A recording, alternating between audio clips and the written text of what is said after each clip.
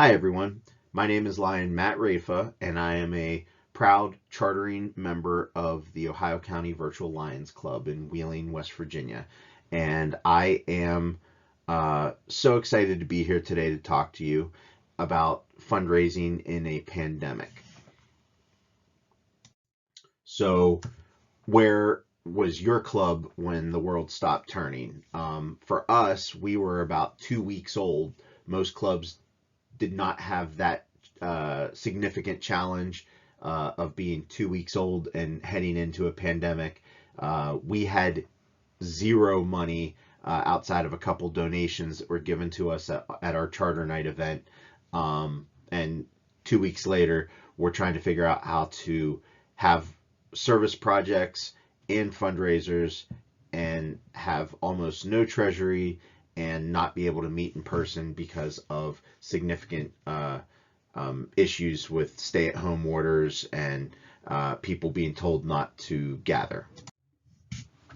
So we have a few tenets that we have put together for all of our fundraising that we try to focus on whenever we're setting up our fundraisers to try to help our service projects and our serving area. So where there's a service or a good needed in our community, there's always a way for us to try to monetize the fulfillment of that need. And then once we have monetized that, the money that we have raised, we can then put into other needs in our community. Almost every fundraiser that we do, we designate to a specific cause, and that is so that people know exactly where their money is going in the community. And we make a point to market that and make sure that people are looking at that and saying that, they want to help in this fundraiser because it's a cause that is very near and dear to them. And then lastly, and this is something specific probably to us as a cyber club, is we try to bring dollars from outside of the serving area to help our serving area. It's extremely important to us that we don't exhaust our resources locally. A lot of times we tend to go to the same sponsor or the same business over and over and over because we know that they'll support us, and that's great that they do. But we also want to try to see how much money we can bring from outside of our area to help our area. It's just an added level of benefit that we can bring to our service area. So I don't want to spend a whole lot of time on this slide. Essentially, there are different tools that you can use for your fundraising, and we use a number of these kind of interconnected, a social media presence to help advertise for our fundraiser, and tell people and point them to our website to get more information. Once they're on our website, they often will see a order form or an application. We use Jot forms for that purpose. They're very easy to use and allow a lot of functionality, allow it to take payments and a lot of other things.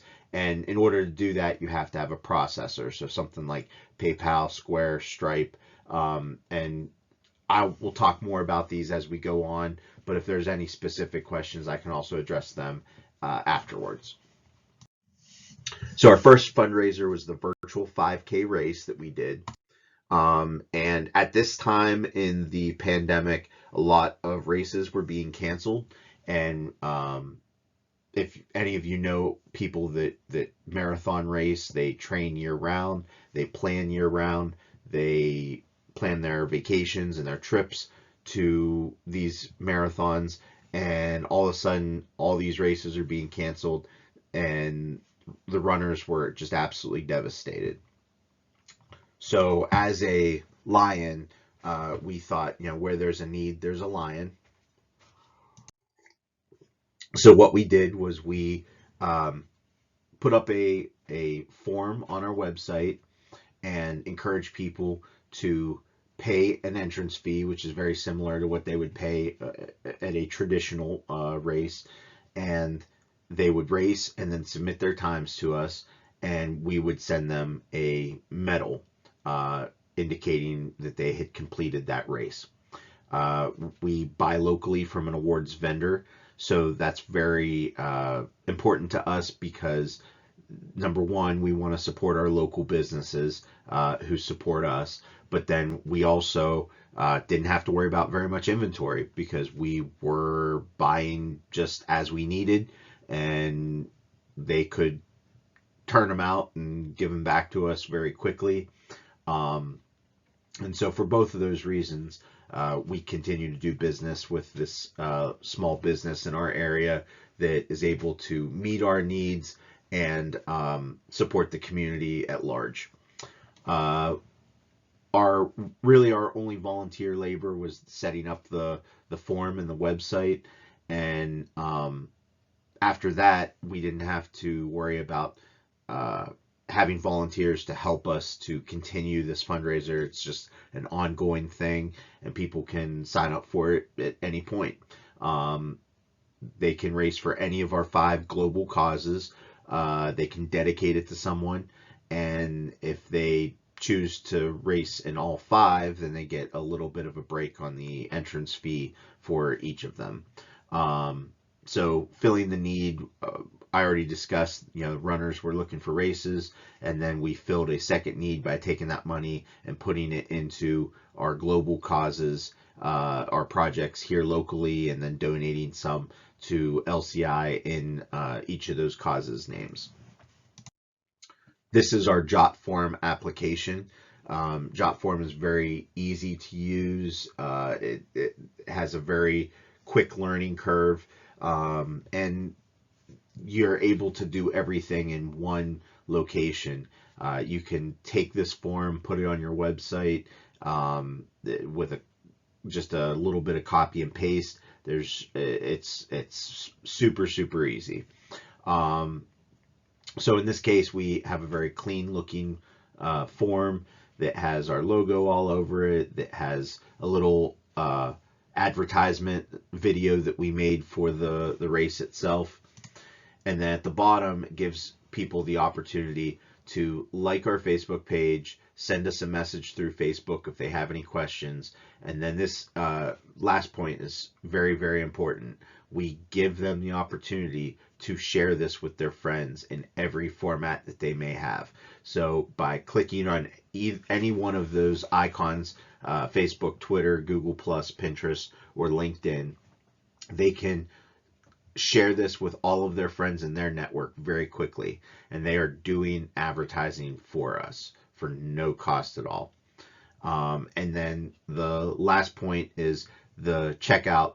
We used a PayPal processor for this so that people could either pay by debit or credit, or they can pull money straight out of their PayPal account. And so giving people the option of paying for it how they best want to, and this was the only way that people were able to give us money at the time, because we weren't able to meet in person for anything. So this was ideal for us to be able to put it up and let people pay for things through the website. Our next fundraiser is the virtual yard sale. So it is an eBay account. We ask for donations of different items that people don't want anymore. And then we have a member who is a specialist in eBay. She researches the value. Once that value has been determined, we coordinate a pickup or a drop off. At the time, it was pretty much all contact pickup, or contactless pickup, excuse me. And we were very selective about what items we took and what items we listed. But the idea is that there were a lot of people that were looking to do some spring cleaning during the stay-at-home order and had nowhere to take their donations because places like Goodwill were not accepting any donations at the time. There were certainly no in-person yard sales in our area, so we were really just trying to figure out how to meet a need in our community and turn it into a fundraiser. So we typically would have done an in-person fundraiser, I think, in most years. But in this case, it made sense for us to set it up this way. And then the money that we raised, we were able to finance some of our other projects. So through the virtual yard sale, we were able to raise $949. Almost all of it was profit because it was items that was donated to us. The only thing that we really purchased would be like packing supplies in order to ship some of the stuff. So we had 174 sales, of which our smallest was 99 cents and our largest was 192.84. Our average was $14, and we delivered an item to 38 states, Canada, and South Korea. And all of the money that has been raised out of this particular fundraiser has been from outside of our serving area. So for us, that's super important. We've raised almost $1,000 that we're bringing into the county to help fund our projects and to help with the people in our county. Next is our holiday fundraisers. So we had both a Christmas and a Valentine's fundraiser, and we are in the process of putting together an Easter fundraiser. So at this time in the Christmas shopping season, COVID-19 cases were increasing in our area. Hospitals were being stretched to max capacity, and we were really being told to stay home or limit your exposure as much as possible. So what that means for our local small businesses is that they were seeing less and less people in their stores. It was certainly hurting their sales, and at the same time, people were looking for convenient and safe ways to shop online. So we partnered with a number of artisans that made local items. The picture here is a set of cocoa bombs that we had a artisan that was able to make those. They were super popular during Christmas, and so we paired that with a number of other items on our online store. We already had an online store that we were selling some of our club merchandise like t-shirts and sweatshirts and whatnot, but this just allowed for people to go to one place, shop for a bunch of local items, which everybody loves to support local, and we took either a percentage or the business donated money to us in exchange. Excuse me. And then the money that we raised from these online sales ended up going to finance our other projects.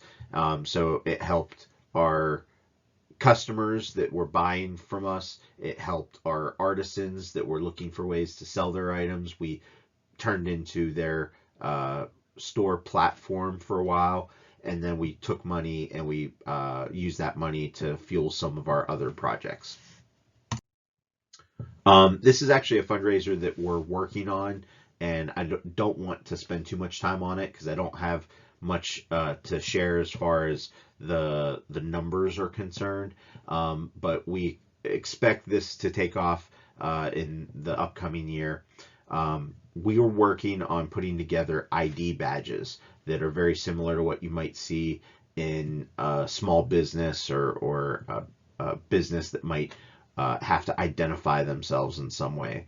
And we bought a printer that prints some of these ID badges, and this is an example of my ID badge. It has my Lion number on it. It says when I joined Lions. This black and white box on the left hand side is called a QR code. You scan that and it pulls up all of the information pertinent to getting in contact with me, and I'll show you that here in a second. And then on the back of the card, the right hand side, it's kind of our very quick elevator pitch. We're able to turn it over and show people what our global causes are, who we serve. So we're a specialty club. We serve children in Ohio County. Most of our projects either are to benefit children or have a children's component to them. And then the QR code on the left-hand side is specific to our website. And then the QR code on the right-hand side is specific to our website membership page. So if they want to join Lions, they could join through that QR code or the website link below. So this is just a great recruiting tool for us. It makes us very recognizable at every event or project that we are at in the community. And it's a great educational tool for our new Lions. So a lot of times we recruit people who don't have a full understanding of what all we do.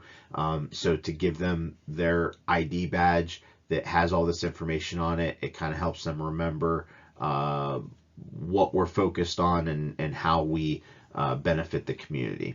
So in this particular example, we used QR Code Monkey, which the link is there for that, and that's what helps us to make these QR codes. You type in the website or the information you want to decode, and then it codes it into this box. This box then can be scanned with your smartphone, and it will pull up that information instantly on your smartphone. We use Bitly, which is a link shortener that allows us to take a much longer website and shorten it and make it easy for people to remember, like the ones on the back of the card here that say bit.ly/virtual lions or bit.ly/join virtual lions. I listed the printer type that we purchased, and then the PVC cards, which are the plastic cards. They are 100 for $15. So they're super, super cheap, and we can churn them out pretty quickly. So this is a picture of my ID badge on our branded Ohio County Virtual Lions lanyard. When you scan my code, if I'm out in public and I say, oh, you want to get in touch with us, here, just scan your phone over this. And they scan the barcode. Up top, you can see where the box pops up on my phone that says add Matthew Rafa to contacts. And then when you click that button, it gives you all of my contact information. So in this case, the work phone number is actually the number that we created for our Lions Club to receive phone calls and voicemails. And then you've got my cell phone number and the club's email address and the club's website. So I use this wherever I go and I'm talking to people. I tell them, oh yeah, here, just scan this and you can go on our website. Other applications for this, we do expect to see possibly some more uses for making kids allergy cards in the future, or making Identikid cards for parents to keep. Other small businesses may want to license with us in order to have ID badges for their employees. And then, we see the possibilities of using this for a lot of our kids projects. And in particular, we use it when we have kids in our club. The parents belong to our club and the kids aren't yet old enough to be a Leo. We give them a lion and training card that looks exactly like our membership card for our members. And this young man, Braxton, helps out at almost all of our projects, and just about every time he shows up, he's wearing his ID badge very proudly. I think it makes him feel like part of the group, and we're excited to get the kids active and involved working with us. So the price on these that we've set is $4 to create a card and print it. $1 for the personal QR code to be added to each one of them, and then we do sell our club lanyards for $5 each. Next is our Flag for Heroes program. So a lot of clubs use this Flags for Heroes program. It's a great traditional fundraiser, makes a lot of money for clubs, and is a great spectacle to have in your community. So you would get sponsors. Those sponsors in turn would be paying for the kit to show a flag, and then you would also make a little bit of money on top of that. So it's a fundraiser and a service project. We used contactless payment setups and online forms through JotForm, advertising through social media, and then we made sure that our membership shared the message as well. So this is what our JotForm looks like for the Flags for Heroes program. Again, it's very eye-catching and professional looking and clean. We give them an option for non-payment or for non-online payment because some people feel uncomfortable giving their credit card information online. We understand that. So we set up a way to invoice them. They would fill out a separate form. If they don't want to pay by credit card or PayPal, they want to do cash or check, they can click the link. It takes them to another form where they just fill out their information without paying, and then we would send them an invoice, and then they could send us back check or cash. The online form for payment, again, has the same PayPal setup that I mentioned in the first one. And for me, this is important because now people can order from you anytime, day or night, from anywhere in the world. You're no longer constrained to the traditional people in your neighborhood, and maybe you've got somebody who moved away and would like to support a loved one from your hometown, or maybe where they live there isn't an organization that does anything like this. They hear about it, they want to do one, even if it's not in their own neighborhood. And here's some pictures that show our club back in May at Memorial Day, and we're all having a good time setting up the flags. We worked with a area business that had a historic mansion, and we put them up right outside for just the best picture in the world. And when we were putting them up, it just so happened a rainbow formed above us, so couldn't have gotten a better picture. Next is our pepperoni roll sale, and this is probably one that is very near and dear to my heart. We set this up having no idea how popular it was going to be, and just very excited to talk to you about it. So a little history on the pepperoni roll. For those of you that are not from the West Virginia area, it is a breaded roll that is stuffed with pepperoni and cheese. Originally, it was created to be a very easy to transport meal for coal miners that did not need to be kept in the fridge. So they could take it down into the coal mines with them, and whenever it was time to eat, they could grab it and eat. This is basically the unofficial food of West Virginia, and much like cheese curds in Wisconsin or barbecue in Texas, it's kind of our local flavor. So here's a couple more of our social media ads.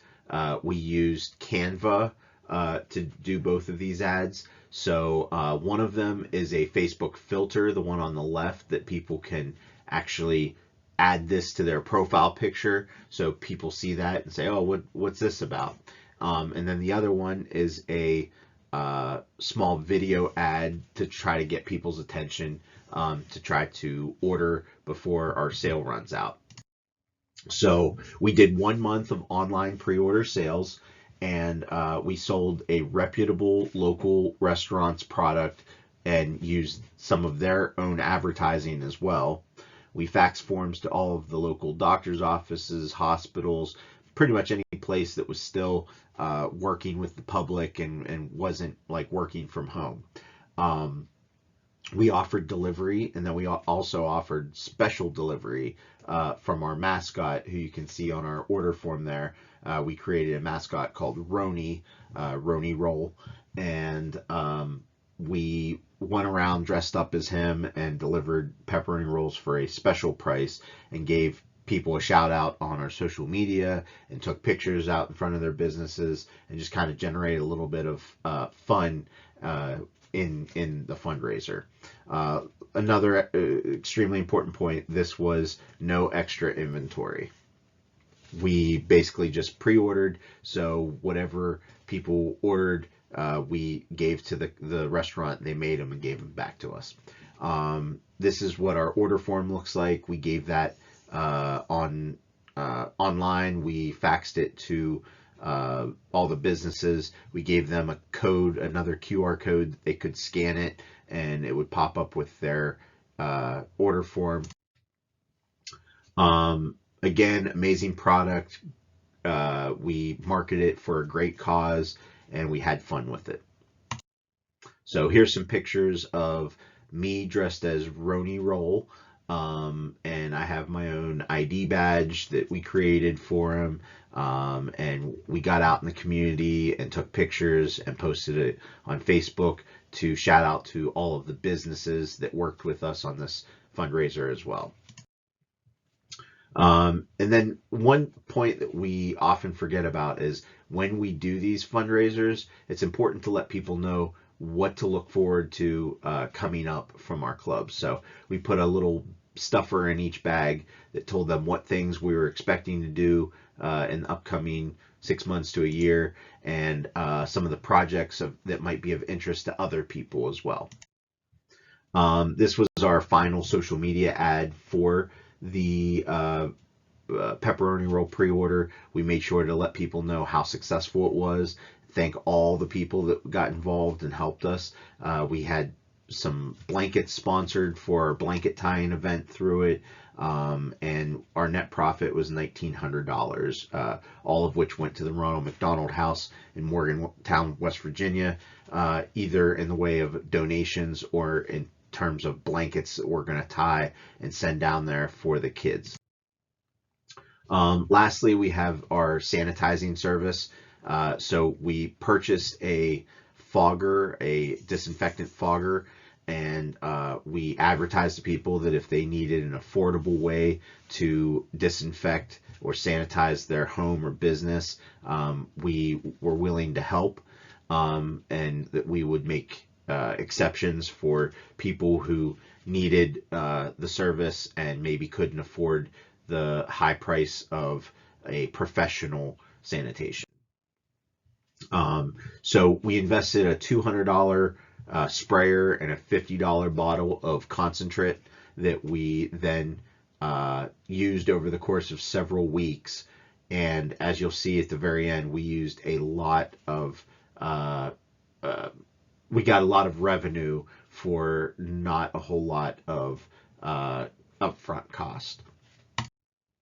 So this slide is basically showing our net revenue. So this is all of our profit after cost. The second category is money that we generated from outside of our county, and our upfront costs and our advertising.